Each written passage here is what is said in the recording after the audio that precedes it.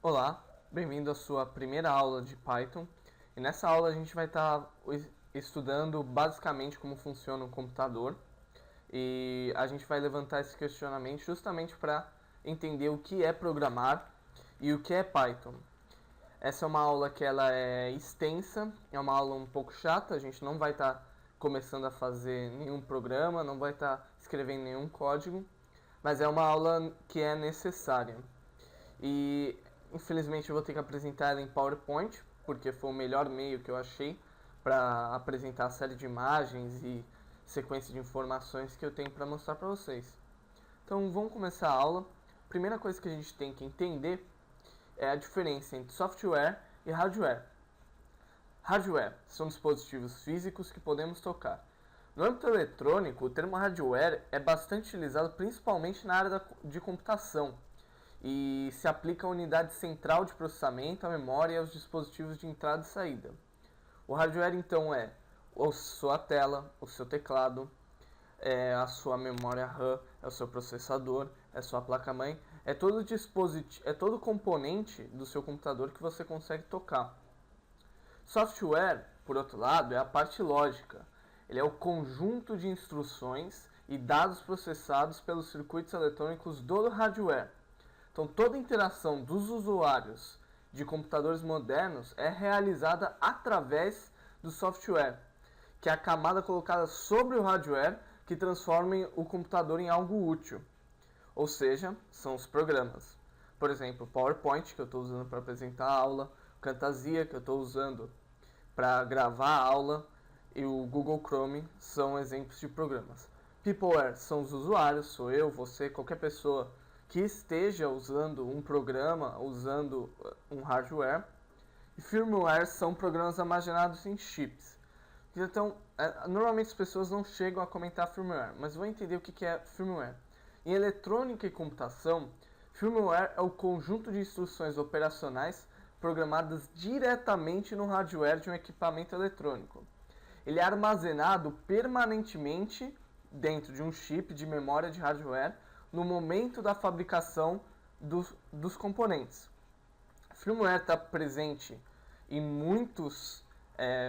praticamente todos os componentes eletrônicos, controle remoto, calculadora de mão, partes do computadores como disco rígido, teclado, cartão de memória e muitos outros instrumentos científicos. Outros aparelhos mais complexos, celular, câmeras digitais, eles também utilizam firmware. Então, não há uma fronteira rígida assim entre firmware e software. Porém, o termo firmware foi originalmente inventado para contrastar com software de alto nível, que poderia ser alterado sem a troca de um componente hardware. E o firmware está envolvido com operações muito básicas, de alto nível, sem as quais um computador não conseguiria funcionar. Então aqui a gente tem um exemplo de hardware, né, que é o seu computador, a desktop, a tela, os aparelhos de som, o teclado, mouse. E aqui a gente tem um exemplo, aliás, vários exemplos, né, de software, Skype, Google Chrome, o Adobe, o Avira, enfim. E aqui a gente tem uma exemplificação de como funciona a interação hardware, peopleware e software. Então, como eu disse, o software é o conjunto de instruções e dados processados pelos circuitos eletrônicos do hardware. E o peopleware interage basicamente com o software através do hardware. E o software fala com o hardware e o hardware devolve para o peopleware o que está acontecendo no software. Então você está vendo que há um ciclo de informações aqui que ocorre. Mas como se dá o processamento de dados? Como é que quando eu clico na aba do Google Chrome ou do Internet Explorer ou do Mozilla Firefox, ele sabe que eu tenho que abrir a aba de internet? Então esse processamento de dados ele é sequencial. Ele vai em 3 etapas básicas: entrada, processamento e saída. Então, como é que funciona cada uma dessas etapas? A entrada se refere a algum tipo de entrada do processamento. São valores onde o processo irá atuar. Então o ato de você clicar no ícone, ele é considerado uma entrada. Por outro lado, o processamento. O processamento é onde os dados de entrada serão processados para gerar um determinado resultado, né? Então, quando eu cliquei no ícone do Google Chrome, vai entrar na etapa do processamento. O processamento vai interpretar aquele ato e vai procurar entender o que aquele ato quer como resultado. E aí, depois da etapa de processamento, a gente tem a nossa saída, que é simplesmente o resultado de todo o processamento. E aí é o que você vê ali, a aba do Google Chrome abrindo. Então aqui a gente tem um exemplo mais didático do que é entrada, processamento e saída. Então ó, aqui tem o nosso personagemzinho, ele percebe sensorialmente o que está sendo pedido, ou pelos olhos, ou pelo ouvido, visão e audição, né? Ele processa com o pensamento o que está sendo pedido, e aí depois ele coloca a saída de resultados, ele escreve aqui numa folha de papel.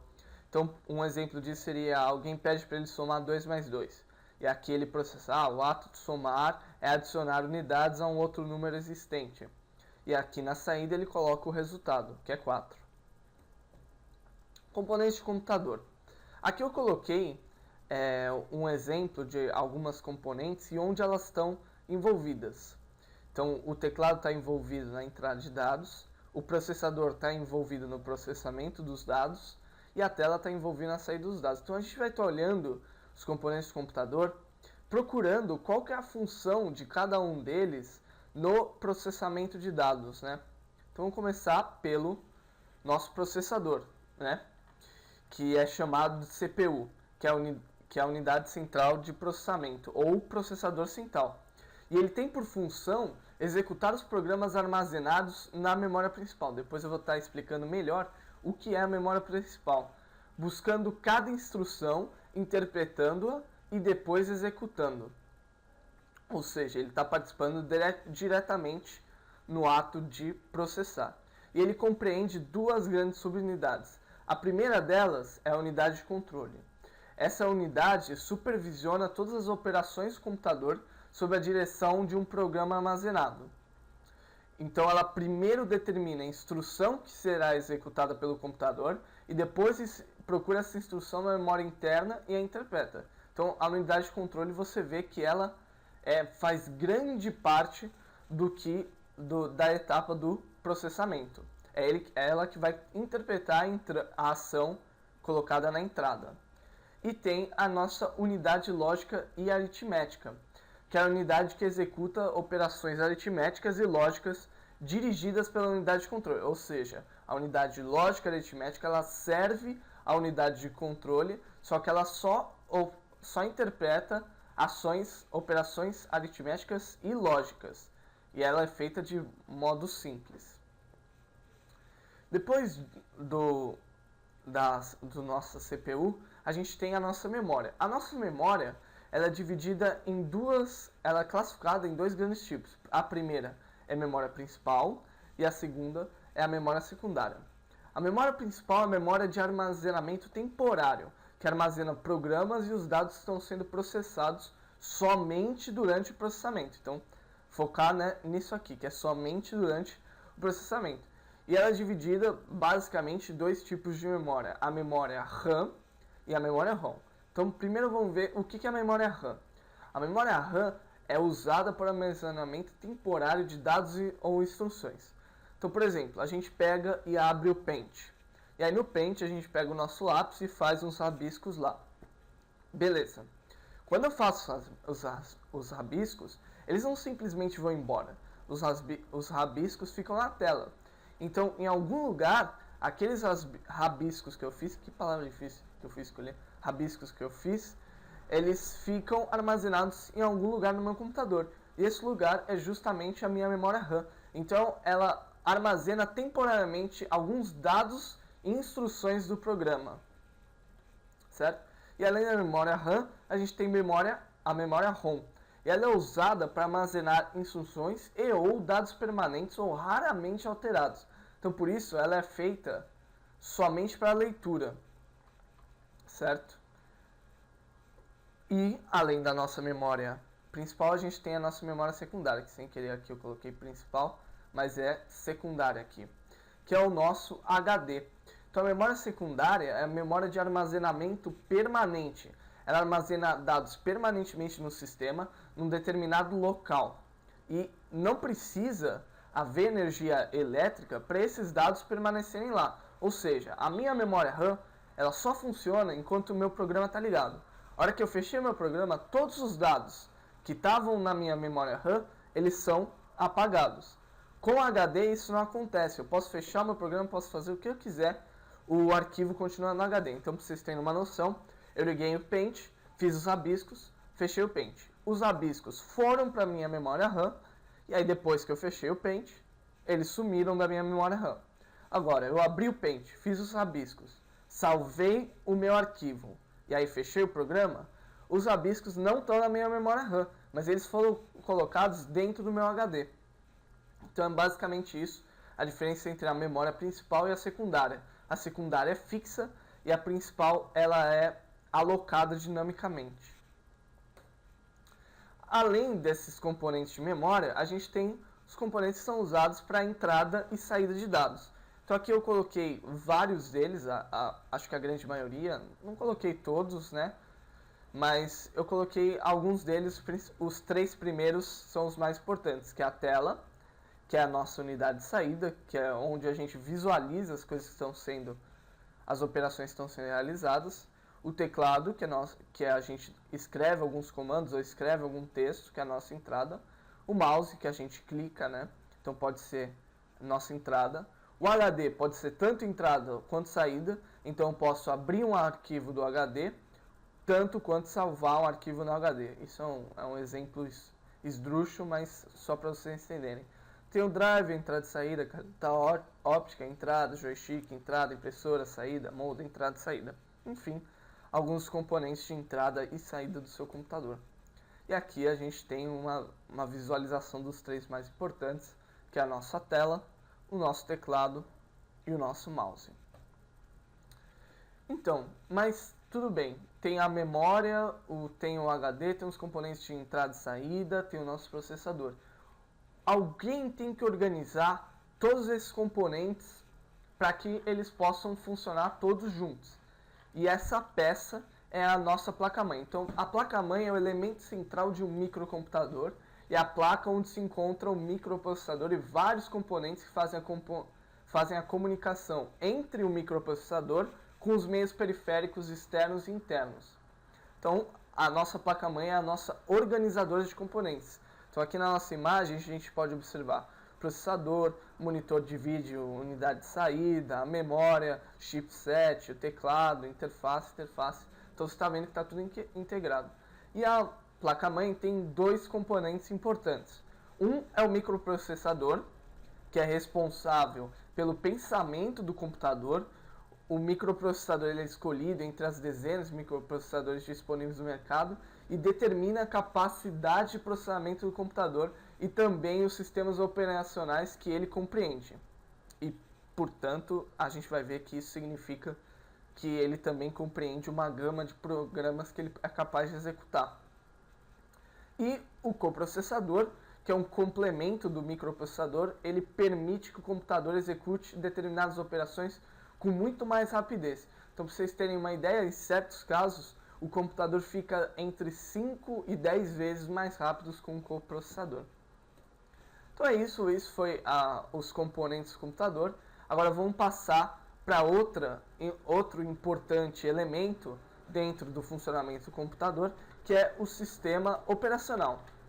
Então, o sistema operacional ele está envolvido na organização do ponto de vista de software do nosso computador. Então, o sistema operacional é uma coleção de programas que inicializam o hardware do computador. Ele fornece rotinas básicas para o controle de dispositivos, fornece gerência, escalonamento e interação de tarefas e mantém a integridade do sistema. Então, o que isso tudo significa? Significa que, basicamente, o nosso sistema operacional organiza a interação entre os dispositivos de entrada e saída e organiza os programas, a interação dos programas com os hardwares, organiza a interação software-hardware. Então aqui a gente tem um esqueminha de como funciona o sistema operacional, a gente tem o dispositivo de input na interface do usuário, o dispositivo de output, os dispositivos para armazenagem, aqui um HD, um disquete nem existe mais, seriam um USB, gerenciamento de arquivos, gerenciamento de tarefas e gerenciamento de recursos. Então, o nosso sistema operacional, ele também define a gama de programas que eu posso usar. Então, por exemplo, o exemplo de sistema operacional, o Windows que você está usando. Eu não posso pegar um programa de Mac, tipo o Xcode ou o GarageBand, e eu não posso executar esse programa do Mac dentro do Windows, porque o sistema operacional do Windows não é compatível com os programas que rodam em Mac.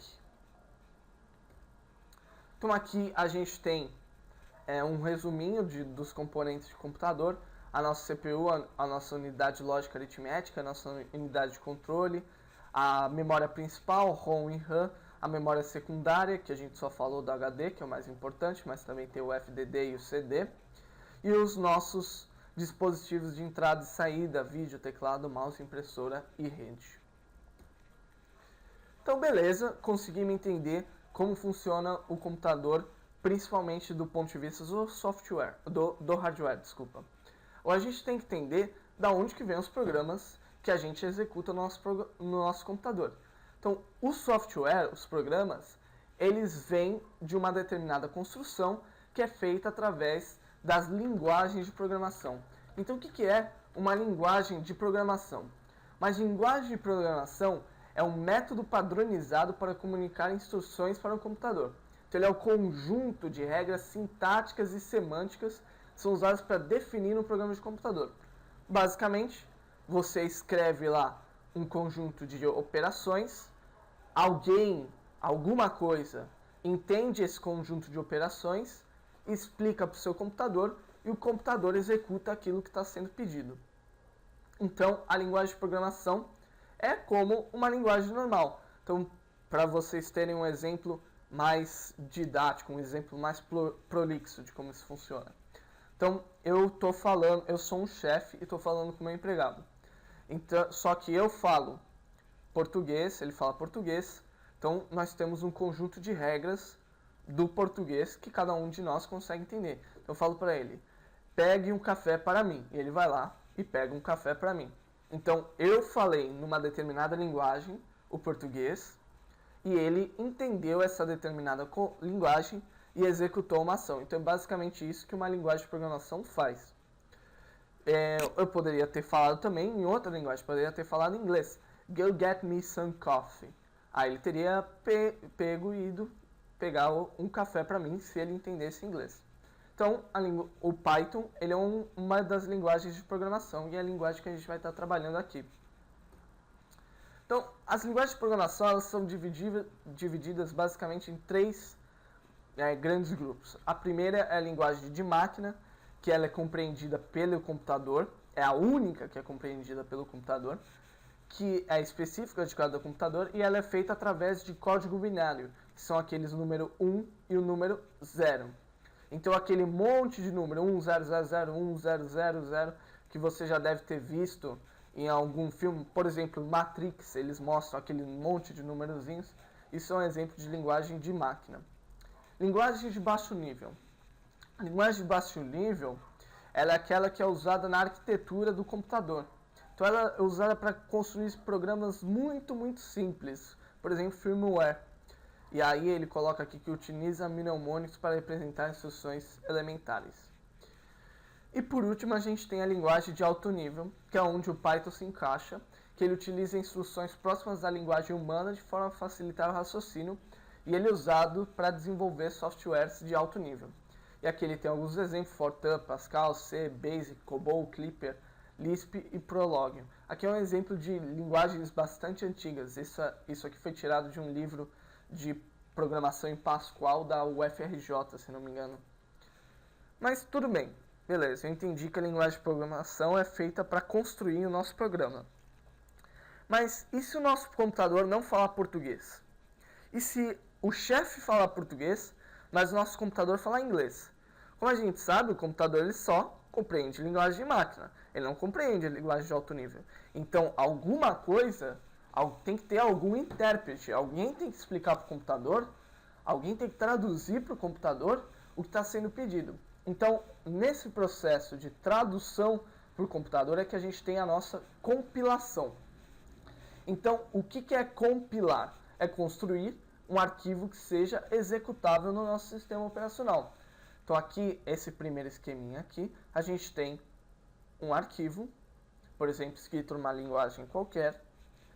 Aí, esse arquivo passa pelo nosso compilador e o nosso compilador gera um arquivo que seja executável no nosso computador. E aí, quando eu rodo o nosso arquivo executável, eu consigo a nossa output, a nossa saída. Então, a compilação envolve, basicamente, traduzir para o computador aquilo que está sendo pedido. Existem algumas linguagens que são compiladas e outras linguagens que são interpretadas. Então, qual a diferença entre interpretação e compilação? Basicamente seria isso. Interpretação, compilação. Alguém escreve alguma coisa numa folha de papel, em português. Um cara vai lá, escreve, pega toda a folha de português, escreve tudo em inglês e dá a folha em inglês para o cara que a gente quer que execute determinada operação. Interpretação. Eu falo, tem um cara do meu lado que já explica pro cara que vai realizar a operação o que eu estou pedindo. Então, a interpretação ele é um processo mais... ele é menos complexo, assim, do ponto de vista de como ele funciona. Então, eu tenho o meu arquivo, o meu código, escrito numa determinada linguagem, ele passa pelo meu interpretador, e o meu interpretador já explica para o meu computador, e eu já possuo uma saída logo em seguida. Então, veja que é um processo um pouco mais rápido do que o compilador. Arquivo, compilação, arquivo executável, output. Nesse caso, aí foi demais, arquivo, interpretador, output. Certo? Então, agora, finalmente, a gente vai poder falar de Python. Então, Python é uma linguagem de alto nível, é uma linguagem que ela é interpretada, ela é simples e ela é muito fácil. Vocês vão ver que Python está muito próximo do inglês, então se você fala inglês, você consegue entender boa parte do código de Python. Ela tem uma excelente compatibilidade. Python é compatível com todos os sistemas operacionais. Muito fácil instalar Python nesses sistemas operacionais. Python consegue criar, ele tem uma boa compatibilidade de outras línguas. Então eu posso pegar e escrever alguma coisa em C++ e usar dentro de Python. E boa parte do código já está pronto. Python é uma linguagem modular, ou seja, algumas coisas que a gente vai querer executar dentro do Python, por exemplo, determinadas funções, já estão escritas. Alguém já escreveu para a gente essas coisas. Então é isso, essa foi a nossa primeira aula. Eu sei que é uma aula extensa e chata, mas enfim, era necessário. E aqui a gente tem a nossa bibliografia, que também vai estar na descrição do vídeo. Esse primeiro vídeo no YouTube aqui é um vídeo da Universidade XTI, que fala sobre software e hardware. Inclusive, se você quiser um curso de Java, eu recomendo muito que você pegue esse curso de Java na Universidade XTI. E os nossos capítulos do livro. No livro Think Python é o capítulo 1.1 e o capítulo 1.2. No livro Bem-vindo a Python, na verdade a apostila, no módulo A, é o capítulo 1. E no livro Aprendendo Python também é o capítulo 1. E se você for no link do Dropbox, na aula 001, você vai ver que vai estar esse PowerPoint lá. E além disso, vai estar um PDF escrito informática. E esse PDF, ele tem informações sobre os componentes dos computadores. Ele tem maiores informações. Se você quiser dar uma olhada lá, vale a pena. Então, foi isso. Espero que vocês tenham entendido e até a próxima.